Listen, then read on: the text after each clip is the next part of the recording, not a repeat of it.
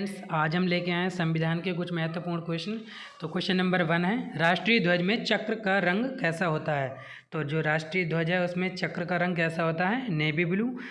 और राष्ट्रीय ध्वज में चक्र नहीं होगा, यहाँ पर होगा तीलियों। राष्ट्रीय ध्वज में तीलियों की संख्या कितनी होती है, तो तीलियों की संख्या कितनी होती है, 24। और इनका रंग कैसा होता है, ब्लू।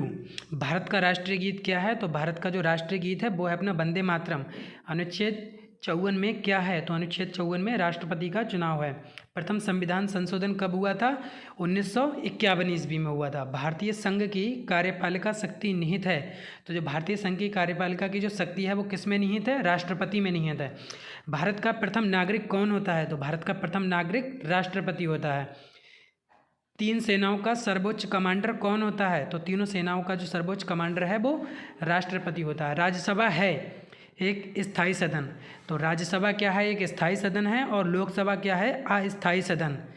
क्योंकि राज्यसभा को कभी भी भंग नहीं किया जा सकता है और लोकसभा को प्रधानमंत्री की सहमति के द्वारा समय से पहले ही भंग किया जा सकता है। महाभियोग लगाकर हटाया जा सकता है, किसको, राष्ट्रपति को। और यह किस आर्टिकल में दे रखा है, आर्टिकल 61। मृत्युदंड को कौन क्षमा कर सकता है, तो मृत्युदंड को क्षमा करने की शक्ति केवल राष्ट्रपति के पास में है। राज्यसभा का गठन कब हुआ था, तो राज्यसभा का गठन 3 अप्रैल 1952 ईस्वी को हुआ था। राज्यसभा का पदेन सभापति होता है, तो जो राज्यसभा का पदेन सभापति कौन होता है, उपराष्ट्रपति।